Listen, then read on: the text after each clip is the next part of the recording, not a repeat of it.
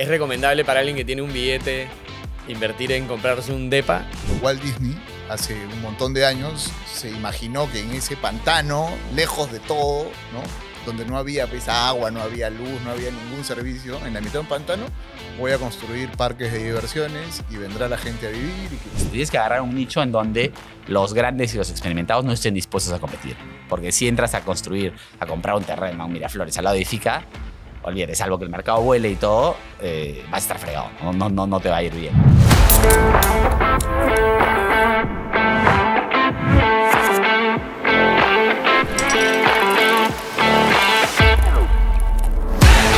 Hola gente, bienvenidos a Chela de Negocios. Aquí hablamos de negocios y nos tomamos una chela.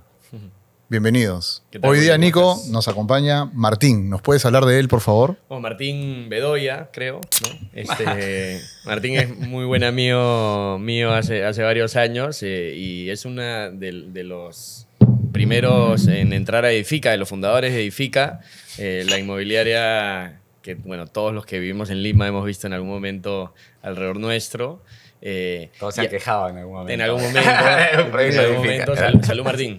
Bienvenido. Gracias.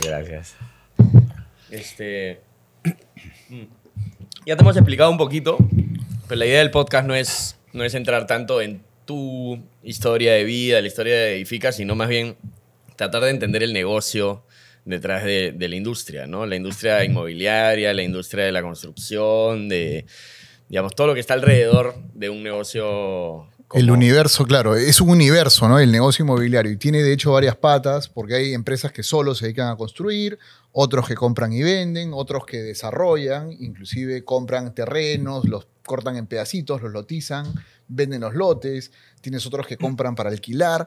En fin, es complejo. Y también tienes algunos que son inversionistas. Tu background, de hecho, también con Martín nos conocemos de hace un rato, es del mundo de las inversiones.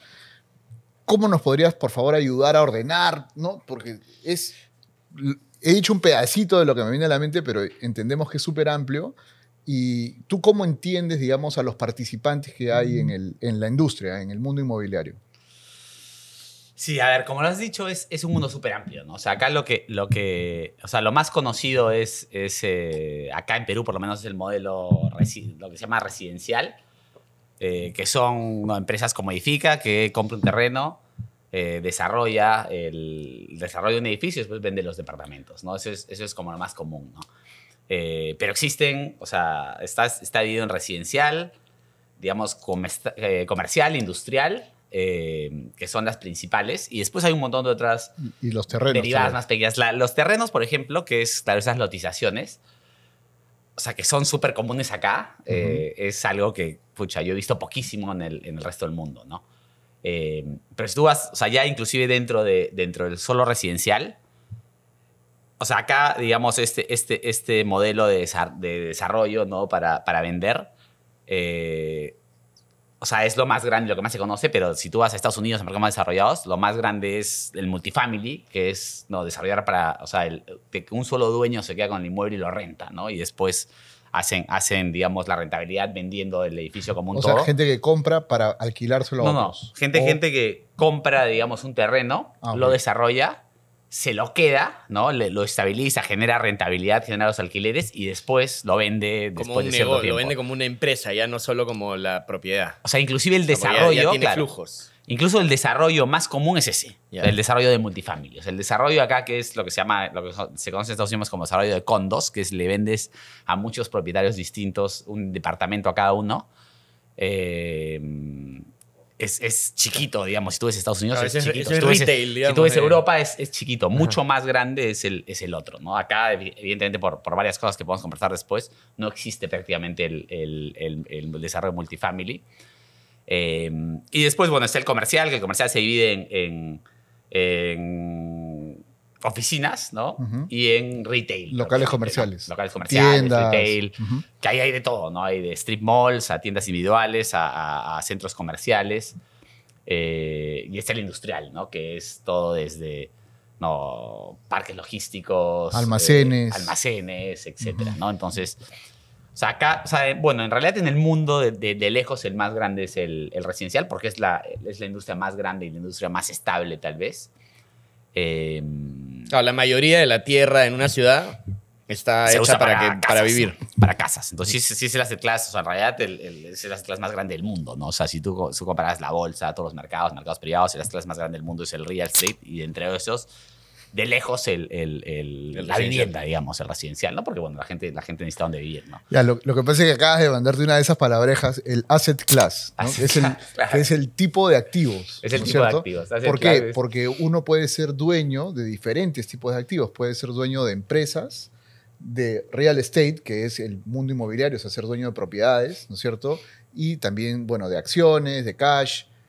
Hay, digamos, todo ya una... estoy entrando en el mundo de las inversiones, ¿no? Que me delata. Siempre te jala, Me delata, pero tal cual. ¿No? Pero perfecto. es como activo de inversión, es el activo más grande del mundo, ¿no? Entonces, mucha gente está invertida en real estate sin saber que está invertida en real estate, inclusive. No lo ven como mi casa para vivir, pero es probablemente, o sea, en muchos casos, la parte más grande de su patrimonio, ¿no? Claro. Exactamente. O sea, yo como inversionista, si yo quisiera tener, digamos, dinero mío invertido en diferentes cosas, podría imaginármelo como un pie, ¿no? Y en ese pie, una parte, ¿no? En acciones, ¿no? En renta fija, variable, etcétera, las opciones que hay de inversiones. Y una tajada sería... invertir en inmuebles. En inmuebles, ¿no es cierto? Claro. Real estate, como lo llamaste. Y lo que tú nos dices es que en el gran promedio o el gran volumen de inversionistas, esa es la mayor tajada de la torta. Así te entiendo. Te diría, o sea, de lejos, sobre todo, mientras más vas subiendo en poder adquisitivo, es Ya. menor, ¿no? Pero Estamos claro, lejísimos, hermano. Claro, porque normalmente tu primera inversión es tu casa. tu ¿no? casa, pues. Y además en Estados Así es. Unidos, sobre todo, se vendió el sueño de la casa propia como la mejor inversión que hay. Entonces, como que está metido en la cabeza de las personas. Oye, lo primero que hago es ahorro para tener mi casa, ¿no? Y ahí podemos entrar al mundo Ese es un paradigma que tenemos que hablarlo de todas maneras. Es un paradigma que podemos conversar, que claro, o sea, no necesariamente es la mejor inversión invertir en casas. Pero es una Pero muy bueno. segura y es donde vives. Entonces, Tiene varios atributos que la hacen súper atractiva sobre todo para el inversionista menos sofisticado, digamos. para el ¿no? inversionista que ni siquiera se considera inversionista. Para el inversionista que ni siquiera se quiere ser inversionista es una forma de ahorrar. Particularmente en Perú, digamos, además que hay una cultura de inversiones muy baja, ¿no? No O sea, hay. No hay cultura de inversiones. Yo me No. acuerdo que, o sea, lo primero que yo aprendí de inversiones fue cuando me fui de intercambio digamos, al colegio en Estados Unidos y, digamos, estaba en cuarto de primaria o, no sé, freshman, junior, el equivalente en Estados Unidos a un colegio público, antes de la época del internet, con lo cual me estoy delatando, ¿no? Escúchame, y en mi clase, te di una clase en donde agarramos el periódico todos los días, nos hacían escoger un portafolio de stocks, ¿no? Y al día siguiente llegaba el periódico y veías cómo te había ido, si habías ganado o perdido plata. O sea, construías un bueno. portafolio en el colegio, ¿no? Imagínate. O sea, Claro. acá eso no existe, ¿no? Entonces, Cero. En Arequipa me imagino que tampoco. Estoy Estoy cochinando porque Martín es arequipeñísimo. Como se nota en Sí, el un tono. poquito. Te delatas siempre algo, pero delicioso. Acá, haciendo referencia a lo que tú mencionabas, claro, cultura de inversiones no, tal vez, pero el sueño de la casa propia Sí. nos lo inculcan, digamos, de toda la vida, ¿no? Es que también es algo que, o sea, es una buena decisión de vida en general, ¿no? O sea, tienes tu casa, más allá de si lo ves como una inversión o no, tienes tu casa y ya no tienes que preocuparte por ese pago mensual de dónde vivir, ¿no? Entonces es un O sea, poco que... Te veo que ya te animaste, Nico. Yo no tengo... Por eso, pues. No tengo propiedades inmobiliarias, yo soy alquilador, pero... Alquilador.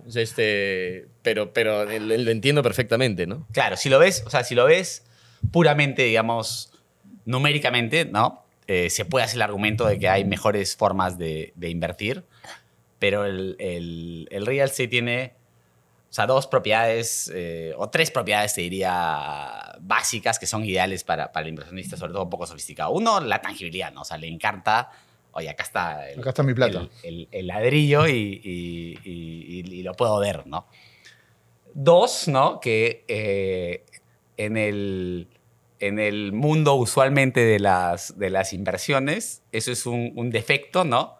pero para el inversionista que conoce menos es una virtud, que es que no tienes el precio diario. O sea, lo que le mata a la gente de invertir es que ves que perdiste en un día. En un día y perdiste al mes siguiente y estoy por debajo, ¿no? Eso pasa también en pero cada 10 años, 15 años. No, pero no lo ves, ¿no? O sea, porque puede pasar, o sea, nadie sabe, digamos, cuánto realmente bajaron las casas el día después de que salió Pedro Castillo, por ejemplo, ¿no? O sea, ese número no existe, ¿no? Pero te aseguro, ¿no? Que había gente que estaba dispuesta a vender su casa mucho más barato 30% por debajo, ¿no? Y por ende tu casa también valía 30% menos, ¿no? Pero eso no lo ves, ¿no? Claro, no hay un índice, pues. Y la tercera parte que sí es súper positiva es que, claro, es un activo que te permite apalancarte. O sea, es fácil tener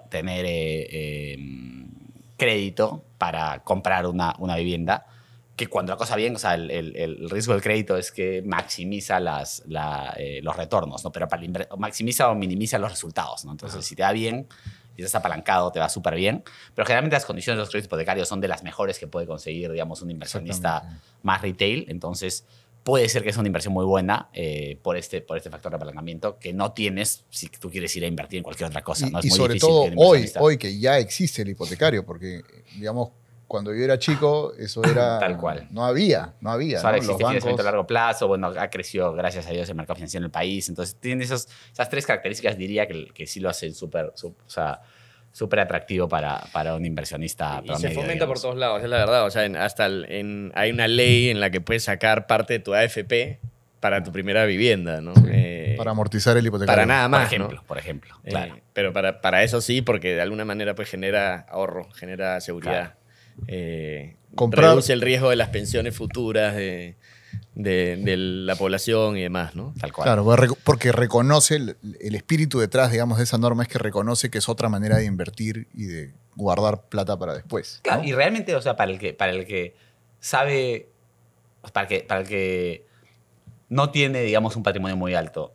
O sea, la realidad es que el que no tiene un patrimonio muy alto no tiene, digamos, asesoría, no tiene acceso a asesoría, porque es muy caro asesorar a alguien si no tienes un patrimonio alto, ¿no? Entonces, si sales a invertir, digamos, fuera de lo que conoces, te encuentras con, digamos, un universo de tiburones, ¿no? Que saben mucho más que tú y te están tratando de vender productos que muchos son malísimos. Entonces, no tienes realmente la capacidad de decidir qué es bueno de lo que me ofrecen y qué es malo. Entonces, claro, termina la gente por parálisis, teniendo su plata en el banco que te paga 0 o máximo un depósito a plazo. Entonces, versus esas opciones, el real estate sí termina siendo una alternativa mucho mejor de inversión. Entonces, por eso es de los, o sea, nuevamente, los patrimonios, ¿no? De inversión, si quieres, en el país es también súper grande. O sea, te diría que después de tener la plata del banco es el segundo también. Y hablando, perdóname, de los créditos hipotecarios, ¿no? Las tasas de los hipotecarios, como decías, Nico, hace un ratito, son súper bajas, ¿no?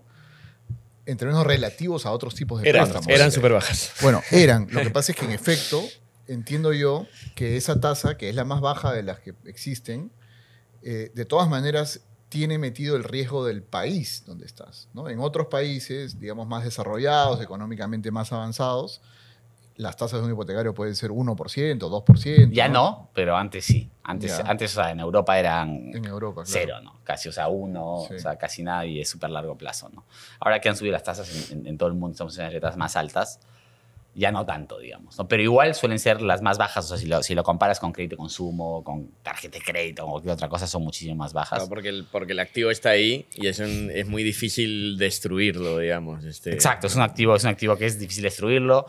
Usualmente la morosidad es la más baja, o sea, sí está comprobado que, digamos... Lo primero que pagas es tu casa. Claro, dejas de pagar otras cosas antes de pagar tu casa, y dentro de todo, a pesar de que igual, digamos, los bancos o cualquiera que financie un crédito hipotecario no está en el negocio de quedarse con casas en caso de que no se pague, igual, si en esos peores escenarios, es un activo mucho más tangible, o sea, mucho más fácil para el banco de adquirir, que lo es, no sé, una moto que te compras, ¿no? O en ese día.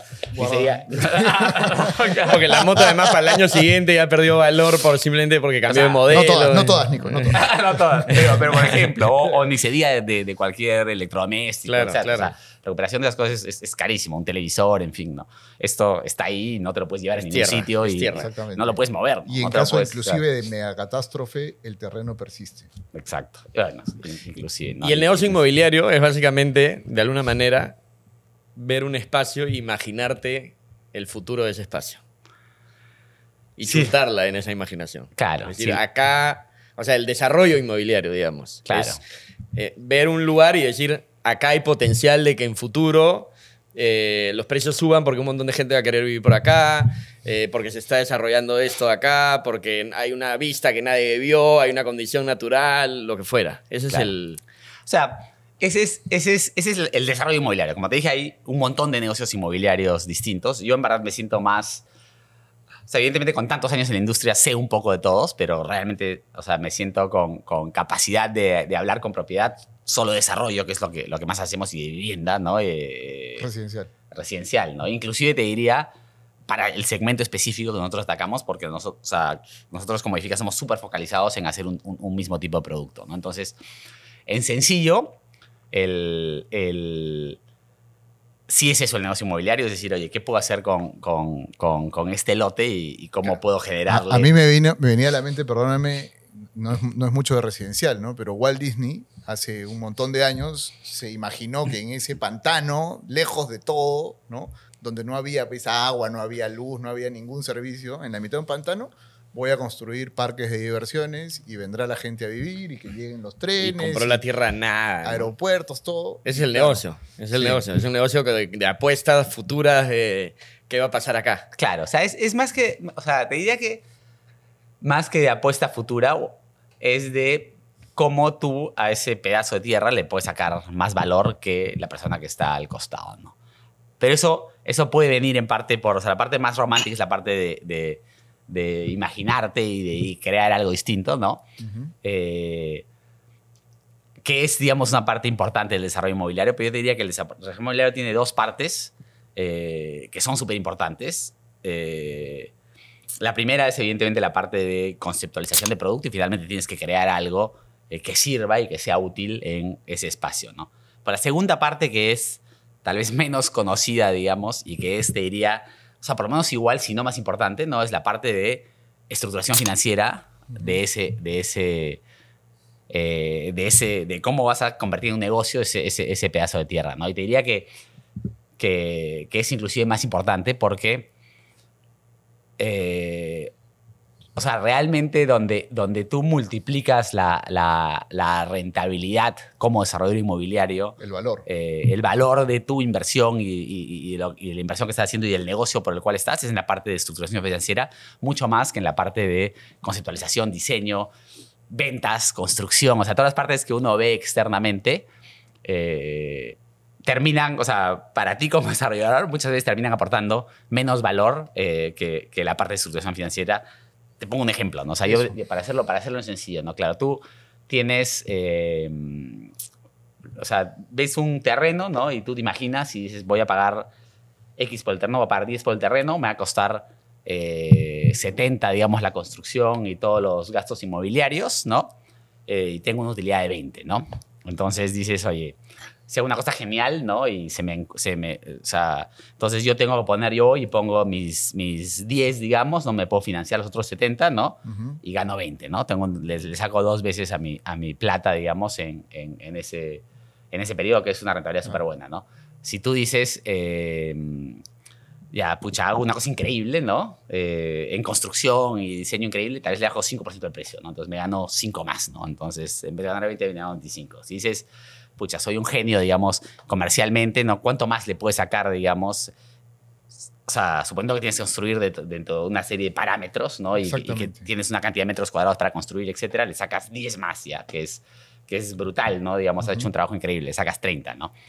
Pero si tú dices, o sea, sin hacer nada de eso, sin ser bueno en nada de eso, y en vez de poner los 10, ¿no? Consigo yo poner 5 en el terreno, o consigo poner 3, digamos, de inversión, y consigo cómo financiar la otra parte del equity, ¿no? O sea, al final, digamos, tus 10 te alcanzan para 2 o te alcanzan para 3 de esos proyectos y terminas sacando muchísimo más rentabilidad por tu capital de lo que consigues siendo un genio en las otras partes, ¿no? Entonces, muchas veces, o sea, la consecuencia de esto es que muchas veces, digamos, la ventaja competitiva puede ser, oye, yo consigo, ¿no? Levantar dinero. O sea, mejores condiciones de financiamiento para el proyecto.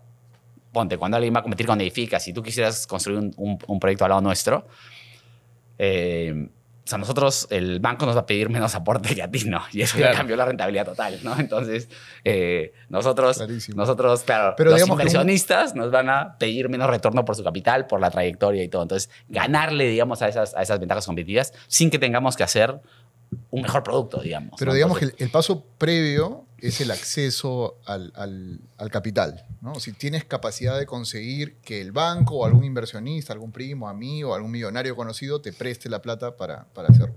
exacto. Conseguido el dinero, lo que nos está diciendo es qué tan barato consigo ese dinero, ¿no? Que son las tasas que te va a exigir el banco o inversionistas que puedas, ¿no? Con ¿Qué los tan barato y cuales- cuánto de mi propio dinero tengo que poner? Y entre menos pones tú, esa rentabilidad sobre la inversión, obviamente, Se multiplica es de mayor, manera ¿no? brutal. Y es posible en esa línea de pensamiento tener, digamos, un proyecto donde auténticamente no pongas nada. ¿Es posible? Sí. Para desarrolladores con mucha trayectoria, Ujú. sí. Porque O sea, de ahí hecho, estarías hablando de rentabilidad infinita sobre el de hecho, capital invertido. Tiene mucho que sí. ver con la confianza de esa persona. De hecho, existen. Nosotros ahora que estamos desarrollando en Estados Unidos, en Miami también, o sea, nos hemos dado cuenta que siendo mucho más profundo el mercado de financiamiento ahí, es un mercado mucho más apalancado en realidad, ¿no? Y sí te aseguro que hay desarrolladores que Apalancado construyen significa endeudado. más endeudado, o sea, que por cada dólar, digamos, que tú pones, tienes más capital de externos, ¿no? Entonces es un mercado que funciona más así y claro, no me sorprendería que hayan muchos desarrolladores que construyen sin poner su capital. Nosotros, ¿no? Creemos que no es saludable. Entonces nosotros porque una vez que tienes, digamos, los incentivos incorrectos, Claro. deja, o sea, en el largo plazo... Habla mal La también. psicología detrás de que tu plata esté metida ahí hace que todo corra en la dirección correcta.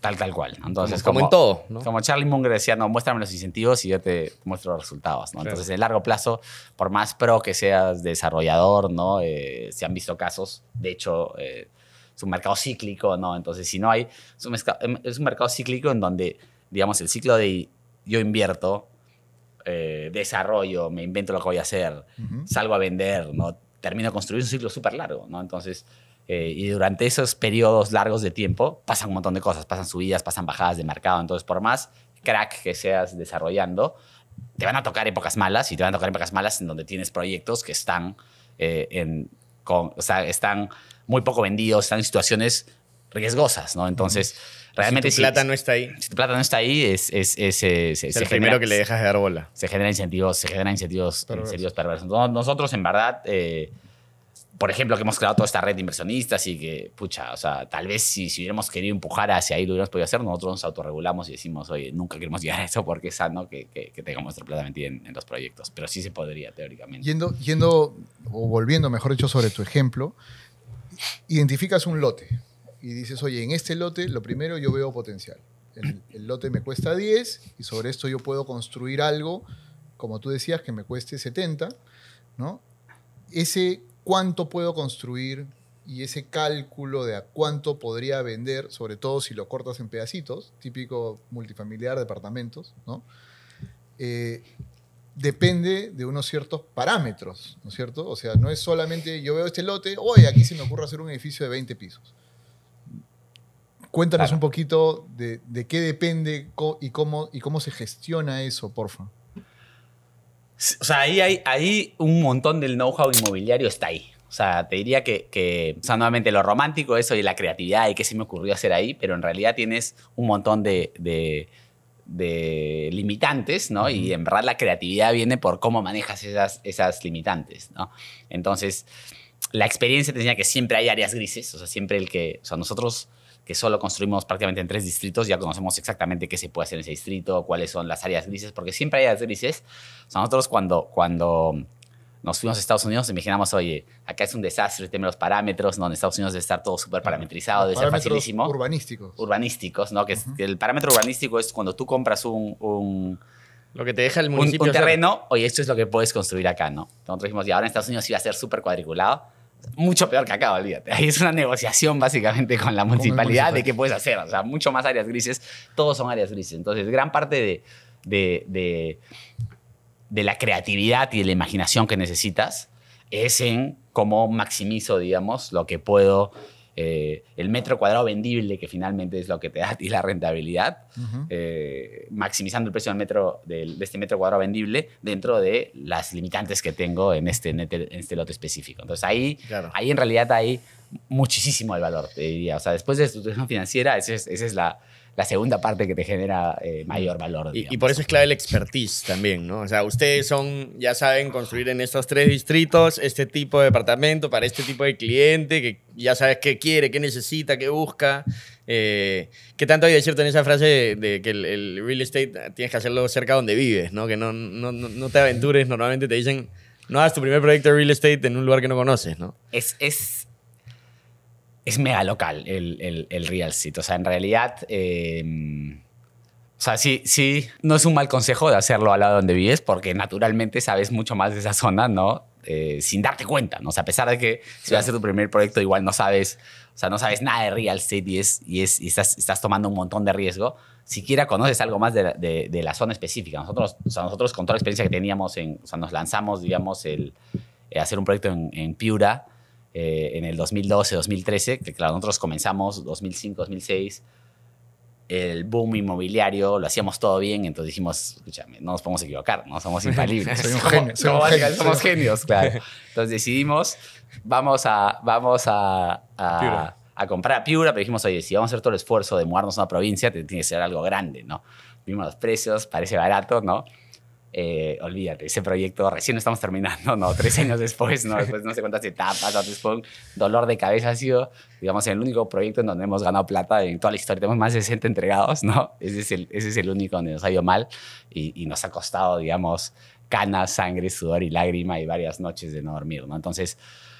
¿Y cuánto de eso por la lejanía o cercanía del o sea, el real estate es casi que un mercado de cuadras, ¿no? O sea, tú vienes acá y dices, oye, estoy, o sea, ponte, estoy acá en la mar, ¿no?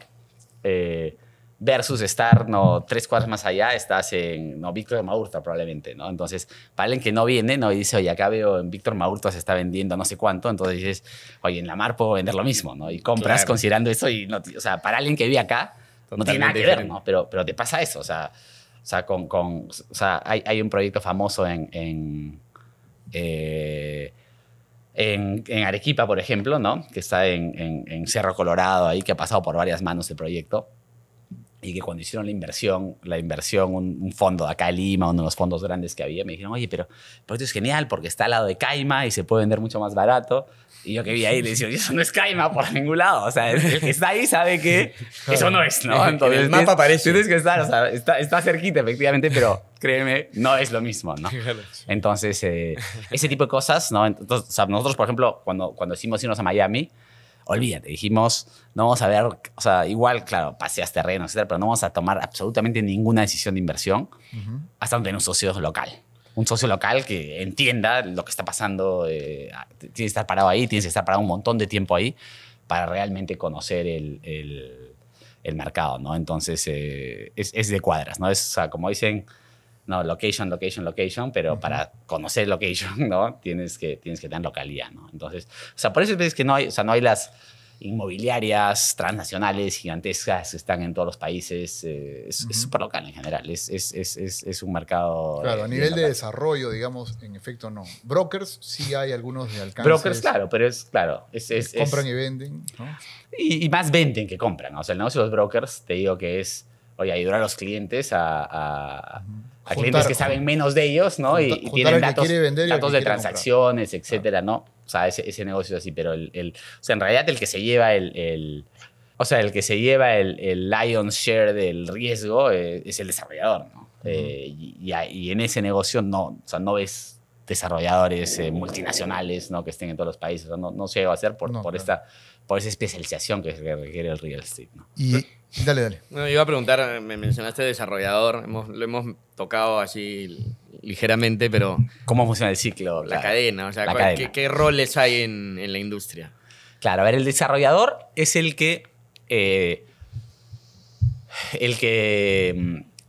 nuevamente, el que toma el mayor riesgo, ¿no? Y que tiene potencialmente los mayores retornos, ¿no? Es el que se lo imagina. Es el que, claro, el que dice, ya, yo voy a poner mi capital, yo para comprar, digamos, este pedazo de tierra, yo soy el que me imagino que se va Que la a oportunidad construir es ahí. construir de esto acá. El que diseño, ¿no? Y después, muchas veces, o sea, lo puedes hacer in-house o afuera también en muchos casos, contratas, digamos, a un arquitecto, a un estudio de arquitectura, que es el siguiente proveedor con el que trabajas, ¿no? Para que te ayude efectivamente a diseñar esto.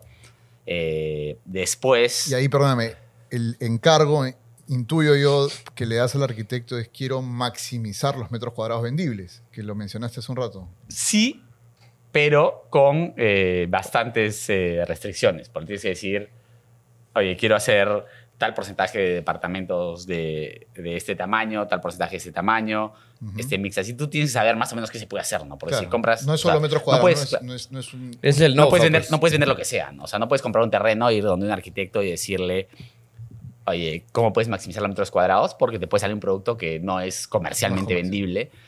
Y claro, o sea, finalmente el arquitecto Te vas a la mitad del desierto del Sechura, quieres hacer un edificio y no lo vas a vender, pues. va a diseñar. El arquitecto va a diseñar y No, y pero es su así chamba y puede ser algo sea pajísima, una ¿no? ubicación súper buena, lo que Pero yo buena entiendo vista, es que, en el Sechura. es distinto hacer un departamento de 3 pisos, digamos, y de un montón de metros cuadrados, que nadie lo puede pagar, a varios chiquitos.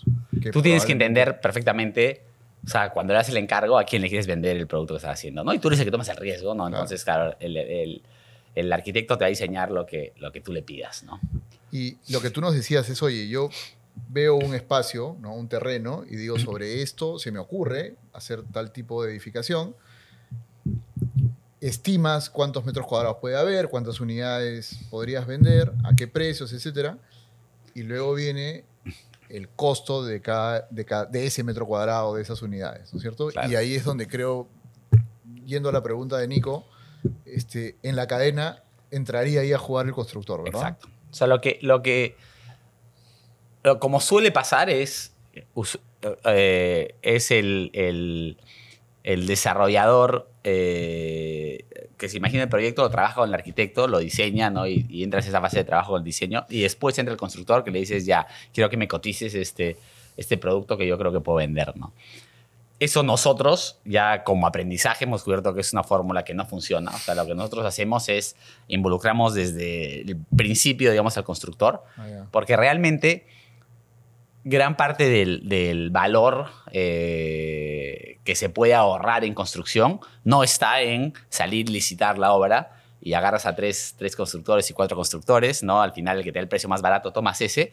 Pero lo que suele pasar es que, claro, ellos tienen poco tiempo para cotizar. Muchas veces uno se equivoca, ¿no? Es un negocio en la construcción, es un negocio que necesitas muy, muy poco capital, porque construyes con el capital del cliente. Entonces, cualquier, digamos, ingeniero de obra que construye un par de proyectos dice, puedo hacer mi empresa constructora, nosotros estamos también en el negocio de construcción, por eso esto lo hemos aprendido, digamos, Con golpe. Con golpe lo hemos aprendido, ¿no? Entonces, claro, vas y muchas veces, o sea, tienes poco tiempo para presupuestar y cotizar la obra. Muchas veces gana el que se equivoca, ¿no? Entonces, pero tú dices, ya se equivocó, me dio el precio más barato, pero claro, si es alguien que no tiene espalda, después te termina dejando la obra, que nos ha pasado a nosotros cuando hemos construido con otros constructores. Y olvídate, y cuando entras y tienes que intervenir una obra, si tengas cartas fianzas y todo, te termina disparando el costo porque nadie quiere asumir la responsabilidad, nadie sabe nada de lo que ha pasado. Claro, el constructor nunca quiere tomar una obra a la pierde mitad todo el mundo, ¿no? porque Es imposible, tienes un porque pierde todo riesgo el mundo. No de que sabes- terminas el no sabes- edificio, se cae No y sabes qué riesgos hay, ¿no? la No sabes culpa- qué riesgos hay, entonces, claro. Entonces, no funciona el modelo tradicional, ¿no? Y por eso es que... Desde el inicio. Entonces, lo que nosotros hacemos es, claro, tenemos esta metodología que se llama IPD, ¿no? Que en verdad es una metodología diseñada, digamos, en Stanford, en Berkeley, que es como se hacen las grandes obras a nivel mundial, es donde tú involucras al constructor desde que compras el terreno, básicamente, ¿no? En nuestro caso, como constructores interna, desde antes de comprar los terrenos, tenemos involucrado al equipo de construcción y participan contigo en la fase de diseño, ¿no? Entonces, por ejemplo, ¿no? Vas donde quieres hacer ventanas, ¿no? Entonces el arquitecto decide, la ventana es linda y la ventana es de 4x3 y es la ventana que necesito, ¿no? Entonces, Perdona, yo me río porque se me viene a la mente el meme, no sé si lo has visto, de así lo quería el cliente, así lo diseñó el arquitecto, ¿verdad? así lo construyó Así el lo construyó ingeniero. el ingeniero. ¿No? O sea, claro, nosotros lo diseñamos a temprano, pero lo que hacemos es, claro, tú quieres 4x3, pero lo que hacemos es, en vez de ir 4x3, ir a cotizar con todos los proveedores de ventanas, oye, ¿cuánto me cobras por esa ventana 4x3? Vamos donde el proveedor de ventanas y le dices, oye, necesito más o menos, ¿no? Una ventana de 4x3 con esas características, ¿no? ¿Cuál es el área más eficiente para tu máquina para que tú me puedas dar el menor precio posible, ¿no? Para que tú hagas plata, ¿no? Pero me cobres el costo más barato, ¿no? Y tal vez te sale 4.3 por 2.2. Para el cliente es misma calidad, es imperceptible, pero tú te puedes ahorrar un montón en cómo cotizas esa ventana. Y eso lo haces para todo, claro. Para todo, absolutamente todo lo que hay en la obra. Entonces ahí sí puedes ahorrar, o sea, lo que decía, ahí sí puedes ahorrar el 5, 7, 8% que tal vez puedes ahorrar en costo de construcción. Importantísimo. Versus estar peleándote después por cómo le ganas un punto en margen a un constructor que ya de por sí está entrando sin restarle valor. Apretado, sin restarle nada de valor, sin restarle nada de valor a nadie. Y además dándole un mejor negocio al constructor también, porque tú crees que dentro de la cadena de valor, o sea, el mejor negocio es en donde dentro de la cadena de valor todos les va bien y todos hacen plata, ¿no? Entonces, bajo el modelo tradicional termina siendo una pelea, ¿no? O sea, nosotros nos reíamos que o sea, muchos de estos proyectos y cómo funcionan los proyectos con el Estado es, terminas la fase de cotización, ¿no? Y de repente sacas el equipo de ingenieros y entra el equipo de abogados, ¿no? Porque ya se vuelve, todo se vuelve litigio. La construcción se vuelve, oye, como que el adicional, que no está bien diseñado, que la adenda. O sea, eso es, ahí está el negocio porque, claro, no estaba diseñado, no sabes lo que cotizaste. Así funcionan las obras habían públicas. tantas imperfecciones. Evidentemente, la especificación original no estaba bien, entonces esa es la forma de ganar plata. Nosotros lo hacemos distinto, ¿no? Entonces, una vez que ya tienes, digamos, ya cotizado el precio y ya es a un precio con determinado tiempo y te demoras y tienes ya el costo de lo que te va a costar, ahí, bueno, entras y decides, o sea, haces la chamba la chamba ya fina de, oye, ¿a cuánto voy a vender cada uno de los inmuebles? Que lo trabajas, ya sea lo trabajas generalmente con tu equipo comercial interno o en mucho caso con brokers. O sea, acá en Perú existen algunos, no existen tantos brokers grandes, potentes.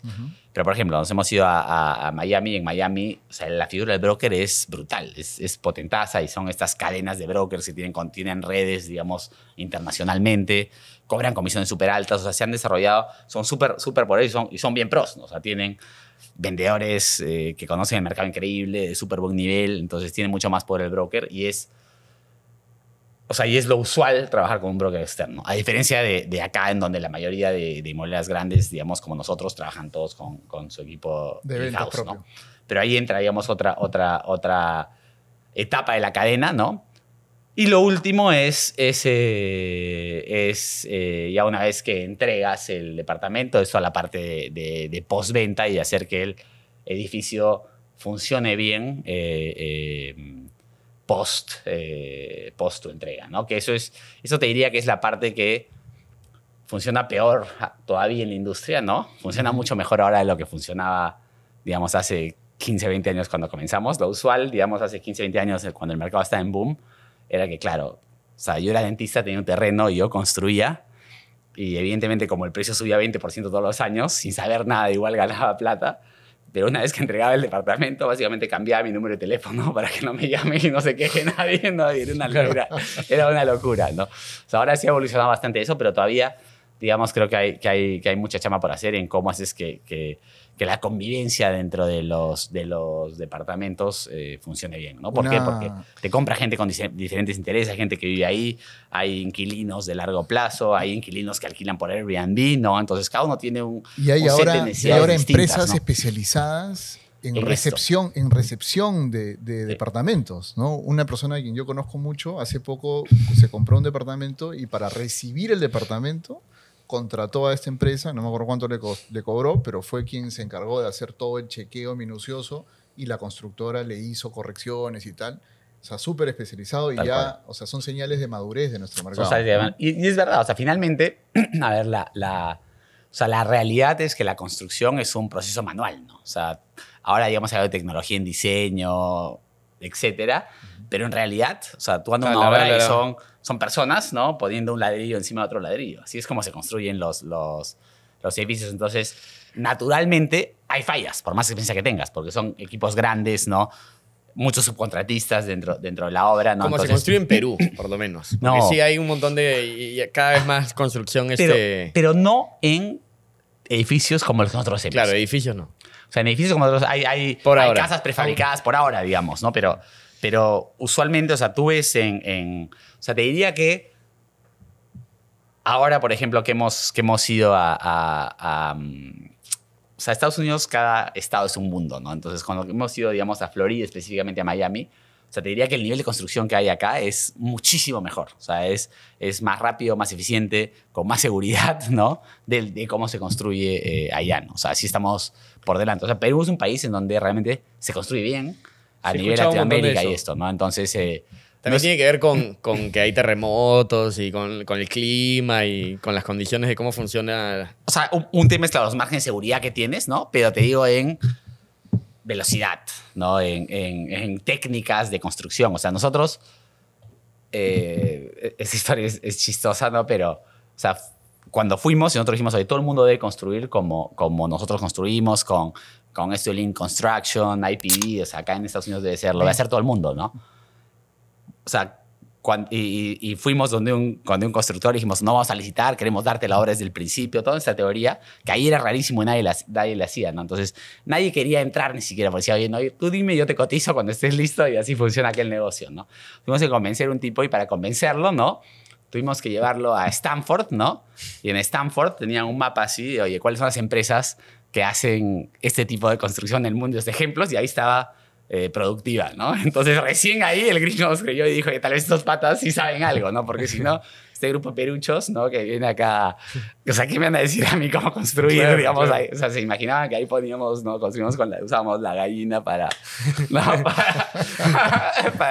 No sé, ¿no? Entonces, pero fue ahí, tenían nuestro logo ahí en Stanford y ahí dijo, ay, wow, pucha, estos parece que sí saben algo y hemos trabajado de la mano con el constructor ahí para llevar un montón de las tecnologías de construcción que tenemos acá, ¿no? Entonces, Que igual tiene que adaptarse un montón al clima, a la ciudad. O sea, en No, Miami eso tienes sí, ¿no? Huracanes, tornados, lluvia, calor, cosas que acá en Lima no existen. definitivamente materiales, digamos, las especificaciones, sí se tienen que adaptar un montón. Hay un montón de cosas que no se hacen, que sí se pueden hacer en todo lado, como la sectorización, digamos, a todo esto Lean Construction, ¿no? De que tienes a un equipo que hace lo mismo todos los días, ¿no? Y que lo va haciendo y que separas, digamos, el piso en un montón de partidas distintas y es mucho más eficiente porque tienes, digamos, en un mismo piso se están haciendo varios procesos del edificio y si tú ves todo el edificio, se vienen haciendo todos los procesos como una cadena, como una fábrica de construcción, digamos, ¿no? Eso no se hace, por ejemplo, no es común en Florida, ¿no? Y claro, las obras se demoran, te diría que es 70% más de lo que nos demoraríamos nosotros acá. Siendo en la mano de construir, obra ¿no? mucho más cara. Y siendo la mano de obra mucho más cara. Y evidentemente, claro, o sea, acá nuevamente, o sea, mucho el negocio de la construcción es con subcontratas, ¿no? Pero acá siquiera, o sea, nosotros hacemos, digamos, todo el casco y todo el ladrillo, por ejemplo, lo hacemos por casa, ¿no? Allá no se hace absolutamente nada por casa. O sea, el constructor que tú contratas se llama GC, que es General Contractor, ¿no? Y lo que hace es subcontrata un montón de personas, ¿no? Un montón de empresas. Y estas empresas, a su vez, subcontratan a un montón de otras empresas chiquitas que son finalmente los que ponen los ladrillos, ¿no? Pero que son el subcontratista del subcontratista del subcontratista, ¿no? Entonces, evidentemente, es mucho más difícil, digamos, organizar un tren, digamos, cuando estás trabajando con tantos subcontratistas, porque, claro, cada subcontratista optimiza para su tarea específica, no optimiza para que se haga el proyecto en total la como coordinación conjunto, en ¿no? tu metodología Lean, etcétera. Es dificilísima de hacer, ¿no? Entonces, Claro, y Y ahí, por, claro, y por tienes- eso no se hace así. Y por eso allá. no se hace así, porque tienes, claro, un montón de... Porque todo está súper especializado y hay negocios de todo y tanta competencia que al final es como termina funcionando el edificio. Qué Es locura. así, claro, y hay un montón de juicios, o sea, el tema de seguros es brutal ahí porque tomas un montón de responsabilidades y todo el mundo enjuicia a todo el mundo, ¿no? Claro, Entonces, claro. por eso hay un montón de subcontratistas, entonces, claro, no. Todo el mundo se cuida. Es distinto, ¿no? Todo el mundo Ahora, se cuida, de, sí. de esta cadena que nos cuentas, yo me quedé pegado en la explicación de cómo se vende este proyecto, digamos, que se ha desarrollado, ¿no? Y lo que tú nos decías es, yo puedo tener mi fuerza de ventas propia, así lo entendí, ¿no? De gente que va, ofrece, ¿no? O podría yo compartir mi margen de ganancia con alguien más. Ahí es donde entra la figura del corredor, tú los llamas brokers, no es lo mismo, ¿no? Y ese broker, claro, ese broker no te compra una vivienda para venderla a un tercero. Simplemente te acerca a ti como proveedor, digamos, como un posible cliente y cobra por esa transacción una comisión, ¿no? Cuéntanos, por favor, un poquito más de experiencias con brokers. O sea, nos decías que allá cobran caro, que aquí no usan brokers. ¿Qué matices hay entre Perú, Estados Unidos y aquí mismo, ¿no?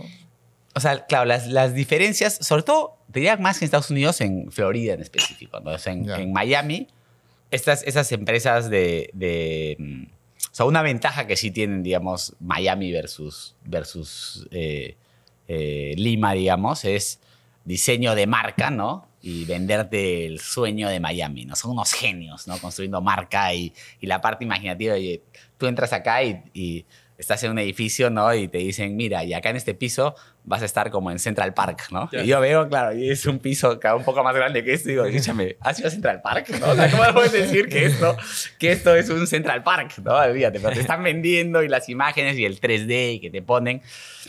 Los brokers son, olvídate, el broker llega manejando un Ferrari, ¿no? Y está así de Ferragamo para abajo, ¿no? Entonces son como, venden todos el sueño de Miami. Pero yo creo que, o sea, y claro, y lo que hacen es, se vende un montón a internacionales, ¿no? Entonces, gente que no conoce la ciudad, o sea, normalmente que no tiene esa localía, que no sabe que esta cuadra es distinta que la cuadra del costado. Entonces, claro, es súper importante cómo te lo venden y la venta. No, Pero y eso hay o sea, muchísima demanda y no es- muchísima oferta, entonces gana no es el que lo saludable vende. eso, ¿no? Claro. Pero estos brokers, grandes casas de brokers, lo que hacen es tienen redes, ¿ya? Entonces cobras una comisión súper alta y le pasas comisiones súper altas a redes de brokers en otros países, ¿no? Entonces al final Comparten, no se de ellos mismos escala. comparten un montón de esto. Entonces al final un montón de gente cobra, digamos, por esa venta, ¿no? Ya. Y el que no sabe nada, digamos, que es el cliente, ¿no? Porque es un cliente no local, que no conoce el producto, no tiene la capacidad realmente de evaluar, digamos, qué comprar y qué no comprar, termina comprando al proyecto al que el broker le están pagando más comisión por el otro lado, no ¿Y esa, necesariamente ¿y esa el comisión la broker. calcula sobre el valor de venta o sobre algún margen de rentabilidad específico? Te lo digo porque cuando nos dices que estos brokers tienen la capacidad de vender a gente, digamos, que no conoce mucho, suena a que le están cobrando más, pero al broker típicamente le interesa cobrar menos para salir rápido si la comisión, o sea, si te bajan, imagínate tu precio de venta es 100 y el broker te motiva que tú bajes a 90, probablemente perdiste toda tu rentabilidad y el broker solo perdió 10% de la comisión. Claro.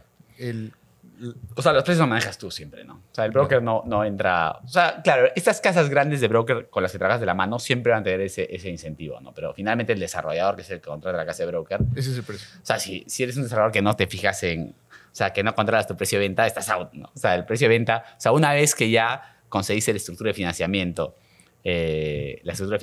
hiciste el tema de toda la ingeniería, del diseño, a ver cómo puedes maximizar, digamos, los metros cuadrados, hiciste todo el tema de ingeniería de costos, ¿no? De lejos, ¿no? La variable que más afecta es el precio, valor-venta. el precio de metro cuadrado. O sea, no hay nada que se compare, ¿no? Te diría que incluso afecta más que la ingeniería de construcción, en muchos casos más que el diseño. O sea, el valor al cual tú puedes vender el metro cuadrado es brutal, ¿no? Porque o sea, en verdad el real estate es un negocio que trabaja mucho con apalancamiento. O sea, por eso que es estructuración financiera, siempre es un negocio que vive del apalancamiento. Entonces, por eso es tan importante el know-how en la estructuración financiera, ¿no? Entonces, si tú, digamos, subes o sea, subidas pequeñas en el precio de venta, ¿no? Disparan, digamos, la rentabilidad por toda la valía que tiene el producto. Entonces, o sea, un desarrollador que no está encima de eso, olvídate. Ese es el negocio, ¿no? Ese es el negocio desde que tú comienzas a vender el producto hasta que terminas, el negocio es control de precios y maneja y te puede convenir, si ves que el mercado decae, decir, no vendo y me espero un rato, o el costo de haber construido, el costo de financiarte también te obliga a salir aunque pierdas. Depende de la cantidad de apalancamiento que tengas en tu proyecto, ¿no? O sea, depende con cuánto, o sea, depende en qué etapa estés, ¿no? Depende del margen que tiene tu proyecto. O sea, proyectos de muy alto margen, te conviene bajar un poco el precio, porque, claro, cada día que te demoras en tú devolverle el capital a los inversionistas, son intereses. Estás pagando un margen altísimo. O sea, si es un proyecto que rinde 30%, ¿no? Entonces, anual, que puede ser proyectos inmobiliarios de 30, 40% anual de retorno, lo que te demoras, ¿no? Si te demoras medio año más, estás hablando de 20% más que tienes que pagar por ese capital. Un proyecto que está medio ajustado y te está rindiendo 5%, que es lo que suele pasar, ¿no? Cuando los productos ya están con márgenes bajos y los mercados se enfrían, ya los márgenes están tan chiquitos que para los desarrolladores es preferible quedarse sentados en el proyecto y demorarse mucho más en vender. Entonces, no se percibe que el precio ha bajado tanto, ¿no? Pero no se percibe que el precio ha bajado tanto porque nadie está dispuesto a bajarlo porque no les conviene en su margen. Pero si tú quisieras vender a la misma velocidad de ventas que estabas vendiendo hace 2 meses o el mes pasado, tendrías que bajar muchísimo más el precio, ¿no? Entonces, esas son parte de las cosas que decía al principio, que es bien difícil saber el precio de algo en el mercado inmobiliario, ¿no? Claro. Y desde el punto de vista más de la gente que nos ve, nos escuchan, la mayoría no tienen empresas inmobiliarias, sino que a veces piensan en hacer una inversión, ¿no? ¿Es recomendable para alguien que tiene un billete invertir en comprarse un depa? O también alguien que heredó un montón de plata y dice, oye, voy a construir un edificio, ¿no? Que alguien que heredó un montón de plata, o sea, alguien que heredó un montón de plata y va a construir un edificio. Eso pasa un montón, ¿no? Sí. Me cayó mi herencia, pucha, me da perfecto para agarrar el terreno y convertirlo en un edificio. O sea, ahí sí, esa recomendación es la más fácil, por eso lo hago primero, que es a ojos cerrados, asóciate con alguien, ¿no? O sea, la época, digamos, dorada en donde realmente cualquiera entraba a ser constructor. De Perú. En Perú, digamos, o sea, no existe, ¿no? Y ahora, si no sabes, digamos, si no eres bueno en desarrollo inmobiliario, o sea, hay demasiadas ventajas competitivas por las cuales... claro, vas a perder contra el... Escúchame, nosotros, ¿no? O sea, nos mantenemos en nuestro nicho, ¿no? Porque con todo lo que sabemos, ¿no? Nos da miedo ir a competir con otro desarrollador que sabe más que nosotros. Y nosotros sabemos un montón de cosas. Tenemos estructura de financiamiento barata. O sea, tenemos un montón de ventajas competitivas. No tenemos costo de construcción súper medido y barato. Claro, sabemos un montón de cosas. De 3 distritos. Y no nos atrevemos, ¿no? A ir a 2 distritos. No, olvídate del centro comercial. No nos construimos a construir vivienda, ¿no? Yeah.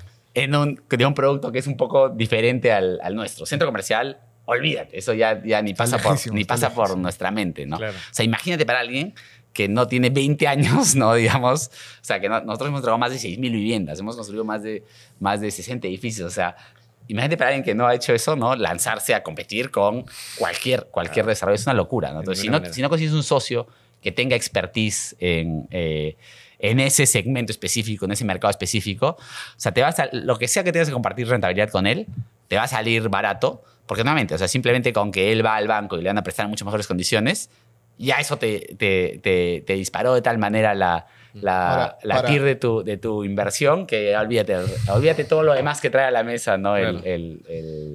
Pero has mencionado esa palabrita TIR que sí requiere... un poco de explicación, Por claro. favor, sí. Claro, TIR es la tasa interna de retorno, que es una de las medidas principales de una inversión, ¿no? Entonces, ¿cuánta plata pones?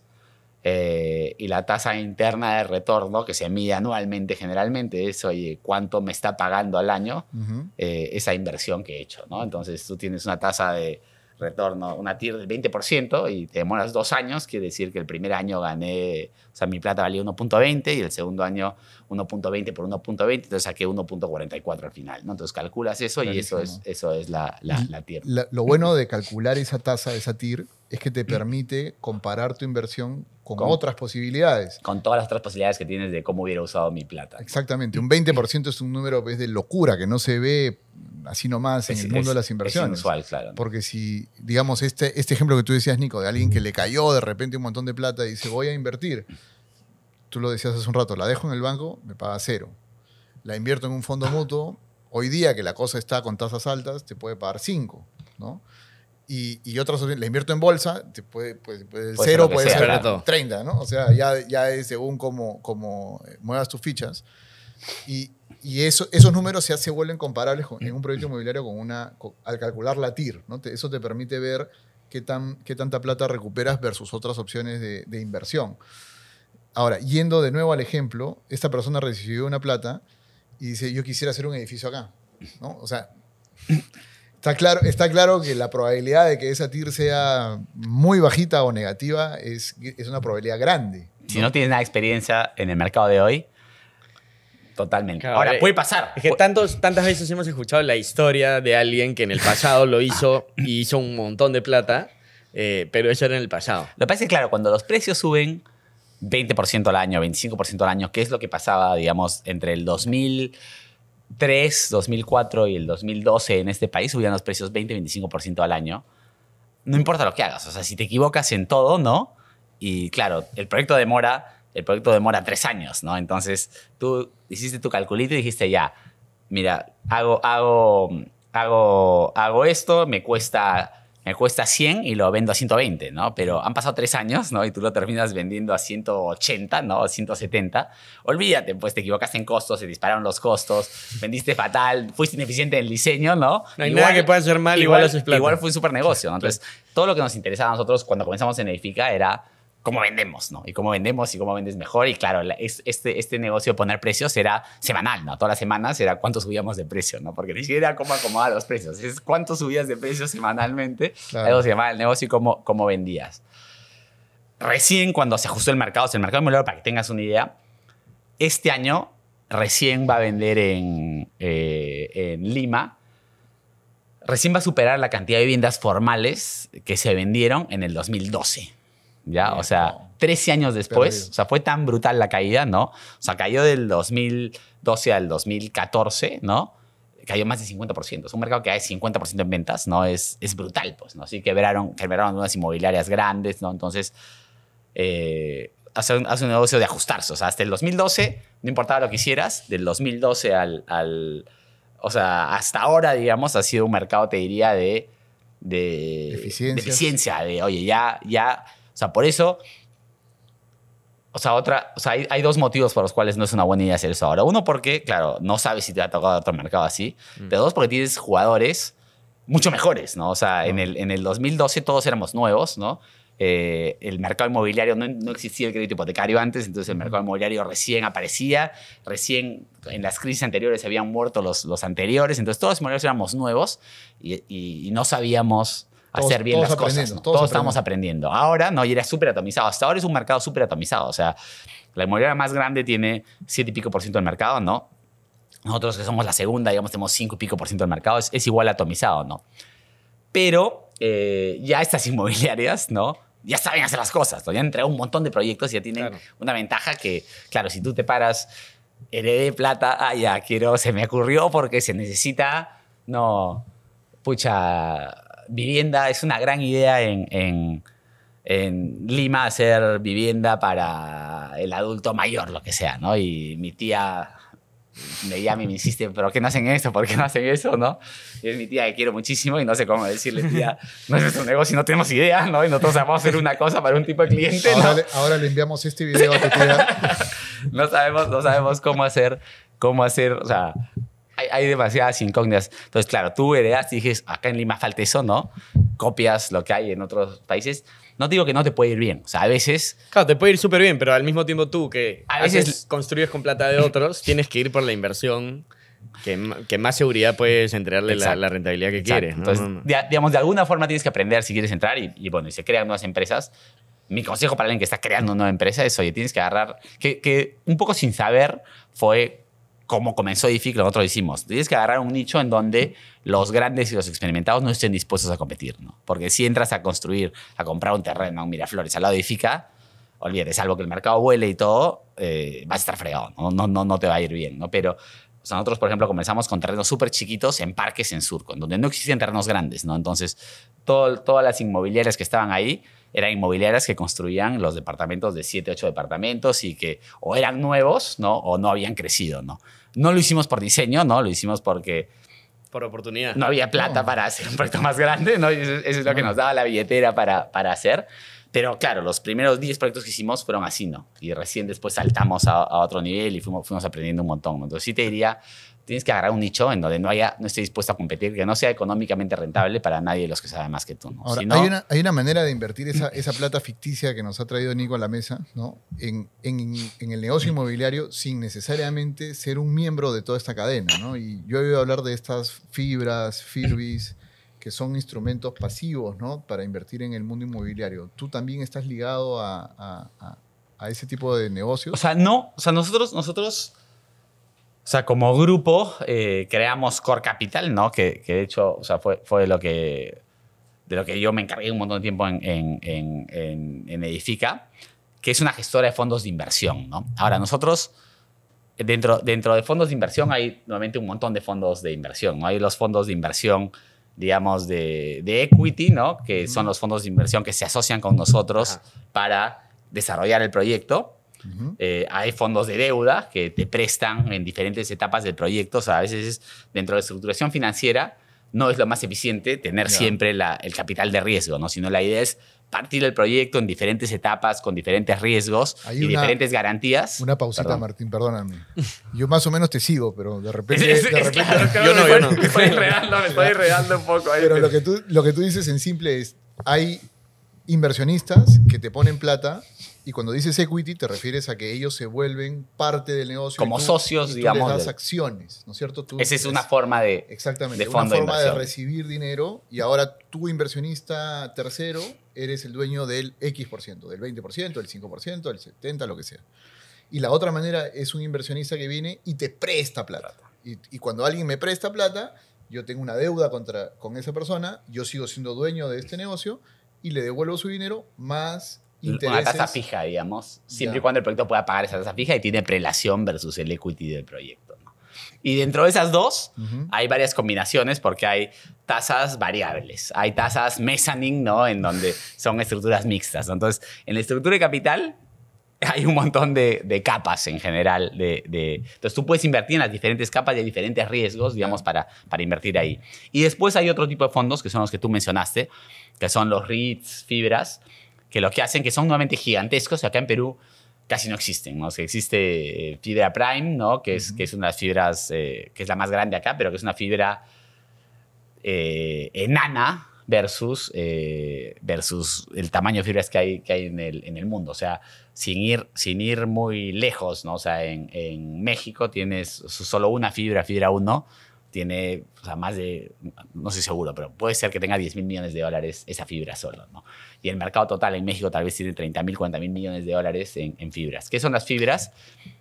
O los REITs son fondos, pero que lo que hacen es compran inmuebles y compran Y los un montón rentan. de inmuebles y los rentan, ¿no? Entonces tú al invertir ahí o sea, de cierta forma haces lo mismo que haciendo tu inversión, digamos, Y alquilando un depa. solo de alquilar un depa, pero no tienes el riesgo concentrado en un solo departamento, sino lo tienes concentrado en un montón diversificado, digamos, en un montón de departamentos. Hay fibras diversificadas en los diferentes tipos de inversiones Residencial, inmobiliarias. comercial. Hay fibras específicas que son fibra industrial. Entonces tienes más posibilidad de invertir en un portafolio más diversificado que de Por lo por tanto, sí. más seguro. Un Y portafolio obviamente, diversificado tiene menos riesgo en general. ujú, Eh, menos rentabilidad también. Podría tener menos podría rentabilidad. tener menos rentabilidad. O sea, lo que pasa es que cuando tú inviertes en una inversión concentrada, ¿no? O sea, tiene ciertos costos, hay que ponerlo de esa forma. Tiene ciertos costos. Esa empresa que es la fibra algo gana, entonces vas a compartir. Tiene Además, ciertos gestiona, costos de ¿no? gestión. Se encarga. Sí. Claro, tú te compras un depa y te tienes que encargar de alquilarlo y de mantenerlo y de la limpieza y que se vaya la persona después de que fue el Airbnb o lo que fuera, y eso tiene un montón de costos, y además si no te encargas fácil se queda 3 meses sin alquilar el depa y esos 3 meses solo tuviste costos y baja tu rentabilidad anual. O sea, el costo de transacción de una inversión inmobiliaria es altísimo. Es altísimo, ¿no? Porque está lleno de, o sea, todo lo que tú has dicho, de costos reales, ¿no? Más costos ocultos, ¿no? O sea, está desde los costos de operarlo, el costo de que, oye, te llama el inquilino y se malogró la terma, me reventó la cañería, ¿no? Entonces, ahí no es solo el costo de contratar a alguien que lo haga, ¿no? Sino es el tiempo que te quita a ti, que teóricamente eres una persona productiva y que o estás trabajando o estás pasando tiempo con tus hijos, ¿no? En atender y solucionar eso, ¿no? El estrés que te genera, ¿no? Y después no, tienes que pagar psicólogos, ¿no? Porque estás demasiado estresado. O sea, hay un montón de costos ocultos y hay costos de, o sea, de saque hay una alcabala, ¿no? Por comprar y vender inmuebles, ¿no? No, en Perú es carísimo el proceso de comprar Hay y vender. notarías, hay esto, o sea, hay costos Un reales día en la de notaría transacción casi que- para hacer una transacción de esas, ¿no? Hay costos, o sea, es caro en general, ¿no? Entonces, claro, este tipo de inversiones a través de fondos suele tener, hay costos que pagas porque tiene que ganar el gestor, pero también hay un montón de costos que no tienes, ¿no? Que tú no ves, ¿no? Entonces, no es justo comparar rentabilidad con rentabilidad, porque claro, uno dices, no, pero pucha, le saco 4% y el otro, y mi departamento me saca 5%. Pero Claro. cuando realmente dices, oye, ¿cuánto realmente estás sacando del departamento después de que tienes que pagar prediales, Claro, alcabalas, te etcétera? sacó 4, pero en el resto de tu tiempo pudiste hacer, producir, generar, etcétera, y ahí sacas el diferencial. Y además, claro, no estás contando lo que te costó los costos, como decíamos, de notaría, lo que Así te es. costó, Que todo eso tendría que estar en lo que cuando es, calcules lo la costó el TIR, lo maestrito, tendrías que ¿no? meter ahí, Es ¿no? bien duro, ¿no? Entonces y además depende full en qué inmueble compras para invertir, ¿no? Entonces, nosotros, la gente peca también por esto mismo de, oye, si vas a hacer tu proyecto inmobiliario, hazlo al lado de tu casa, ¿no? Peca en comprar el proyecto en donde él quisiera vivir, ¿no? Porque también es el Y ahí- que más conoce, Y ¿no? el problema es la autorreferencia. Y no necesariamente la mayor rentabilidad está ahí, ¿no? O sea, usualmente, digamos, o sea, o sea, yo vivo acá en Miraflores, San Isidro, ¿no? Y si vives en un depa de 200, 250 metros en Miraflores, San Isidro, esa definitivamente no es la mejor inversión. O sea, yo vivo, que soy Los precios desarrollo ya no van inmobiliario, a subir. yo vivo en departamento rentado, ¿no? Y tengo inversiones inmobiliarias por otra parte, pero en el departamento donde yo vivo es rentado eso- porque la gente se enamora. O sea, lo que tiene en realidad es que la gente se enamora mucho de... Son inversión, no te debes enamorar de una inversión, es lo que dicen. Pero la gente se suele enamorar, en general, está comprobado que la gente se enamora de lo que tiene, ¿no? O sea, hay estas pruebas de que te dan el cuadro, te dan a escoger entre los cuadros y si lo puedes cambiar, no estás tan contento, pero si dices que no lo puedes cambiar, de repente te encanta el cuadro que tú tienes, ¿no? La gente se enamora de lo que tiene usualmente, ¿no? Y un departamento en donde no le pones tu gusto, lo escoges, le tomas un montón de tiempo, terminas enamorando, ¿no? Entonces... Porque tú te has vuelto parte de ese proceso, justamente. Exactamente. Entonces, digamos, si mientras más arriba subas, digamos, en costo del inmueble, digamos, la gente que vive ahí, digamos, está más dispuesta a pagar por ese amor que tiene, Ya. ¿no? Entonces, va a estar menos dispuesta o sea, termina siendo la rentabilidad que le sacas muchísimo más baja, ¿no? Porque la gente quiere vivir en lo que es suyo, ¿no? Entonces, o sea, mi esposa me está loqueando, ¿no? Con que debemos comprar, que yo quiero tener mío propio, y yo, con lo que conozco y siendo financista, hago los números y todo, y le digo, estamos demasiado invertidos en el mercado inmobiliario. También, no también deberíamos- le vamos a enviar este podcast. no sale a cuenta, eso es un capricho y cada que le saco los números, ya se queda tranquila un ratito, ¿no? Pero pasan 6 meses y quiero comprar lo mío, entonces... Es el sueño de la casa propia. Eso lo que hace es que te baja full los retornos como inversión, ¿no? Entonces, si vas a invertir, muchas veces no tienes que invertir en el departamento que tú vivirías, sino tienes que hacer un cálculo matemático, ¿no? De, oye, invierto en algo que me va a generar la mayor rentabilidad porque finalmente es tu plata. Y sorry que, volviendo al ejemplo de Nico, de esta persona que recibió un billete y está con ganas de invertir en el mundo de real estate o de hacer algo propio, etcétera, ellos podrían buscarte a ti o a una empresa como la tuya y decir, yo invierto en ustedes y ustedes construyen, ya sea, nos diste dos opciones, ¿no? Como accionista o como prestamista, ¿no? Claro, porque también hay un montón de figuras distintas. Ustedes reciben dinero de personas... Core Capital, ¿no? Que es una de las empresas, digamos, del grupo. Efectivamente, se dedica tiene a eso. un montón, o sea, se dedica a eso, ¿no? Se dedica a eso y a crear productos de inversión que sean rentables para los inversionistas, ¿no? O sea, sí Edifica ha crecido, o sea, ha crecido a base de inversionistas. Nosotros, o sea, mis socios comenzaron la empresa con $147,000, ¿no? Y para desarrollar en el mercado inmobiliario necesitas un montón de capital para hacer estos edificios, ¿no? Entonces, hasta ahora nosotros trabajamos con capital de terceros, ¿no? Entonces, nos hemos especializado en cómo hacer que esto rinda porque esa es la forma en que nosotros crecemos y en que nosotros queremos rentabilidad también. Un punto aparte. Tú me habías preguntado, Nico, antes de justo que llegue Martín, sobre el impacto de un proyecto inmobiliario, sobre todo de estos de alta densidad en la ciudad. Sí. ¿Por qué tenías eso que te ardía? Porque yo vivía en una zona desarrollada por Edifica. Así, Era tranquilita, no había tráfico, ¿no? Vivíamos, eran 3 depas nomás. Y creció y cambió. Edifica, claro. Y claro, ahora mucho más gente vive ahí, es mucho más accesible, un montón de gente está muy feliz con... Pero a mí personalmente me cambió mi zona de la ciudad, ¿no? Y claro, ese es el estilo de vida, pero también hay un tema de diseño que acá en Lima quizás no se toma tanto en cuenta, pero que en otras ciudades es ley. ¿Qué tan relevante es eso? O sea, el momento que ustedes desarrollan o que las empresas inmobiliarias están pensando en un proyecto, ¿qué tan relevante es el impacto en la ciudad? O lo que va a cambiar de la ciudad. A ver. ¿Y qué tanto cambia de Perú a otros lugares, no? A ver, te digo... ¿Quieres otra chela? Podría ser. ¿Cómo respondo esa pregunta? A ver, o sea, siendo totalmente sincero, ¿no? O sea, conforme vas creciendo, ¿no? Como empresa, digamos, te comienzas a preocupar un poco más de eso, ¿no? O sea, al principio la verdad es que fijan las reglas y tu objetivo es... O sea, tu primer objetivo es... No, si quieres maximizar tu retorno y maximizar el retorno de tus inversionistas. Además, ¿no? un edificio chico le puede cambiar un poco la vida a los dos vecinos de los costados, pero... Y operas en base a eso, ¿no? Conforme vas construyendo, o sea, por eso sí es bueno que una empresa inmobiliaria, o sea, es básico que tenga la parte financista, ¿no? Pero es básico que tenga la parte artista también, porque ahí es donde entra finalmente esos edificios que estoy construyendo se van a quedar ahí para siempre y van a ser, de cierta forma, o sea, es una especie tangible de ver lo que tienes, ¿no? Ajá. Dicho esto, a ver, o sea, la mayoría de ese trabajo, ¿no? En realidad lo tiene que hacer la ciudad, ¿no? Y es obra Usualmente. de la ciudad, ¿no? El hacer ese planeamiento. El gran problema es que acá ese planeamiento se hace muy mal, ¿no? Porque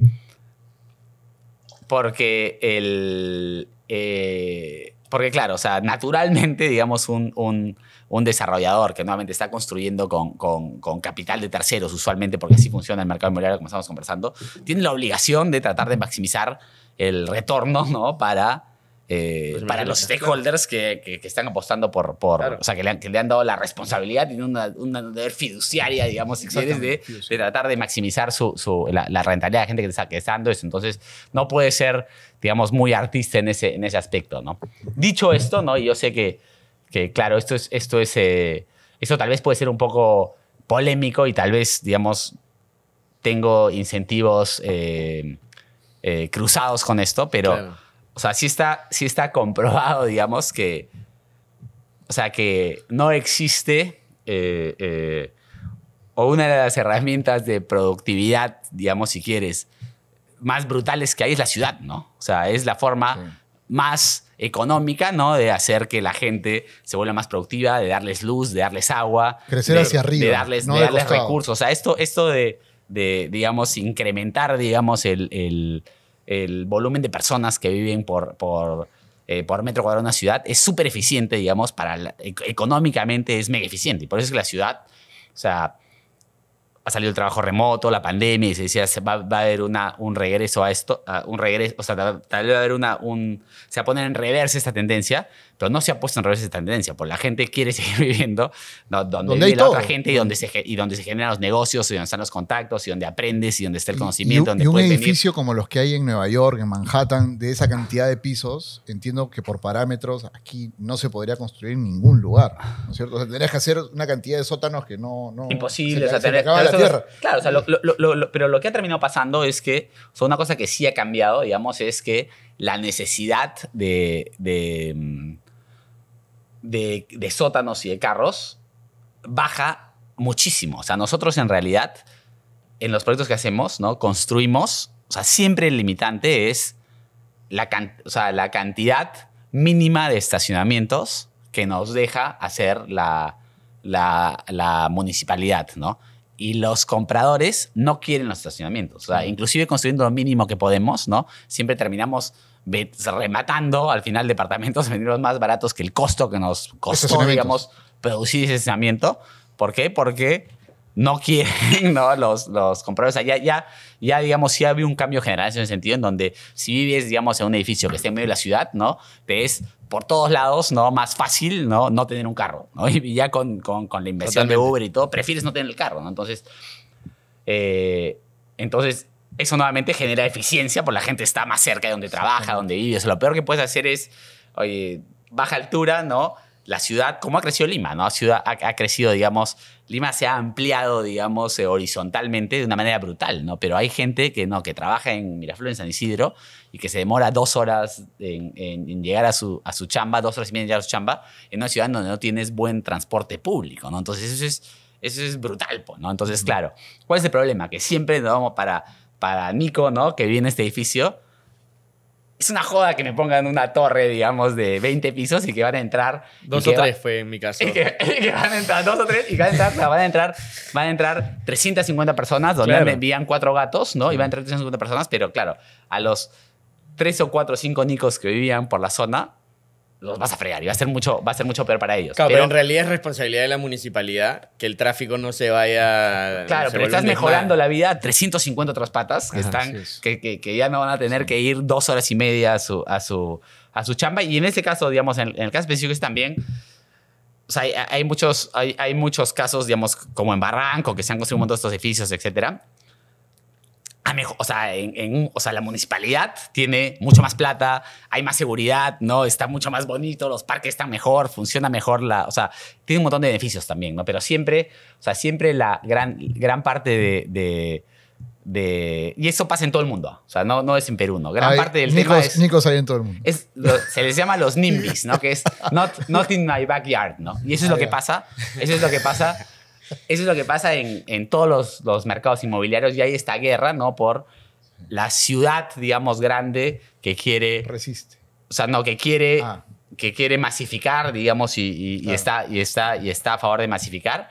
Y digamos, uno de los problemas en Perú es que el poder de decidir los parámetros tienen las municipalidades, ¿no? Y las municipalidades...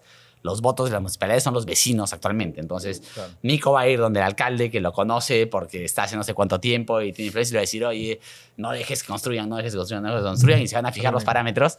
No conozco ningún alcalde más que mi amigo Raúl Alcalde, pero... Pero es parte de lo que pasa, es de esta dinámica que se da, ¿no? Que es media polémica, pero bueno, Martín, es así, ¿no? Oye, hermano, el segmento que viene a continuación es muy importante y se llama... La chela de la sabiduría. La chela de la sabiduría. Ajá. ¿Qué es eso, Nico? Por eso te hemos refiliado. Por eso me han refiliado. O sea, creo que ya diste bastante consejo para la persona pensando en el negocio inmobiliario, pero un consejo que te hubiese gustado que a ti te digan antes de entrar. Hace 20 años, cuando comenzaste tu negocio. Creo que lo he dicho, digamos... marginalmente, pero lo voy a decir más claro y tiene que ver con la pregunta que me hiciste que tampoco respondí, ¿no? Que es, oye, para alguien que está buscando invertir en el mercado inmobiliario en general, no te consideres el experto inmobiliario. O sea, el mercado inmobiliario es un mercado en donde es muy fácil emocionarse, porque dices, oye, tengo muy buen gusto y pienso que puedo hacer una cosa linda acá. Humildad financiera. Porque vivo acá, entonces conozco la zona, entonces puede ser una buena inversión inmobiliaria. Y la realidad es que mientras más te metes en el mercado inmobiliario, más te das cuenta de que no sabes, ¿no? O sea, hay esta curva, esta gráfica famosa, digamos, que viene del mundo de las inversiones, que se llama no sé qué Kruger Effect, ¿no? Pero que dice que al principio no sabes nada, es una XY así, ¿no? En donde esta es tu confianza en inversiones y eso es cuánto sabes, ¿no? Entonces, al principio estás abajo porque no sabes nada, pero aprendes un poquito, crees que sabes todo, ¿no? Y después, mientras vas avanzando, tienes una caída brutal. Entonces, el que sabe mucho... Eso es sabiduría. Vas ganando humildad. Vas ganando humildad. Eso es literalmente sabiduría. Nunca llegas a estar al nivel que estabas cuando sabías dos cosas. Y eso pasa cuando inviertes en acciones, cuando inviertes en el mercado inmobiliario, en lo que sea, ¿no? Entonces, nada, es fácil enamorarse. Es un mercado en donde todo el mundo participa de cierta forma y es fácil que te enamores, pero sí es recomendable... pensarlo bien, asesorarte, ¿no? De expertos, acercarte a expertos, ¿no? Asociarte. No asociarte, no, o sea, no solamente edifica, porque claro, como te edifica, nosotros tocamos una parte chiquitita del mercado inmobiliario, pero, o sea, nosotros, habiendo desarrollado 8 años o 9 años, fuimos y cometimos un error gigante en Piura, ¿no? Por esto de que vimos el metro cuadrado barato y lo comparamos con lo que nosotros sabíamos del IMI y dijimos, qué barato el metro cuadrado. Y el metro cuadrado que estábamos comprando era súper caro para lo que estábamos comprando. Olvídate. O sea, yo ahora, un montón de gente me dice, oye, pucha, ¿tú que estás en el mercado inmobiliario? Me han ofrecido este terreno en Cieneguilla. ¿Te parece que es una buena inversión? Está a $200 el metro cuadrado. Y yo te juro que los vi y les digo, mira, o sea, es suficiente el mercado inmobiliario para responderte que no tengo ni idea, ¿no? Y no me siento en confianza de darte una recomendación de inversión, ¿no? Sobre cuánto está el precio del metro cuadrado. Qué mala gente que es Martín. Qué mala gente. ¿No? Entonces... Pero en Chorrillos sí me puedes asesorar. Tampoco. Mira, Flores, San Isidro y Barranco me siento más o menos cómodo. Departamentos chicos, más allá de eso. O sea, cuanto más sabes, te das cuenta de tu área de expertise. Claro. Y para realmente tomar decisiones, eso no quiere decir que no te puede ir bien, porque la suerte existe también, ¿no? Y a veces los activos suben, los activos bajan. Pero claro, cuando le das a una, crees que eres el experto y muchas veces es suerte. Mi hermano, ¿no? Entonces, muchísimas gracias. Espectacular. Realmente lo que has visto, una chelita hablando de negocios. Súper entretenido, deliciosa la chela, además. Gracias, salud, muchas gracias. Por compartir con nosotros tu inmensa sabiduría. No, y la tremenda humildad ganada, además, por la sabiduría. Salud, muchas gracias. Salud. Muy bacán, gracias.